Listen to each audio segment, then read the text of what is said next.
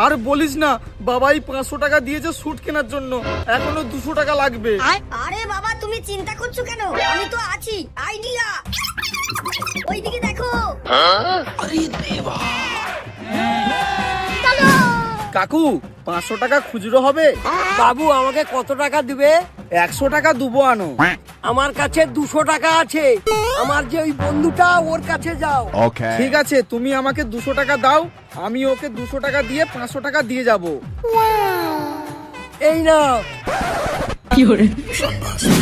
ভাই আমাকে 200 টাকা দাও, ওনাকে 500 টাকা দিয়ে এসছি, তোমরা 300 টাকা ভাগ করে নিবে। কাকু 200 টাকা নিয়ে নিচ্ছি। ঠিক আছে নিয়ে যাও। ওই কাকা আমার ভাগে 300 টাকা দাও। কিসের টাকা? ওই ছেলেটা তো তোকে টাকা দিয়ে গেছে। আমাকে টাকা দিয়েছে মানে? ওই ছেলেটা বললো তো তোমাকে টাকা দিয়েছে। আমার সঙ্গে ঢাম নাকি?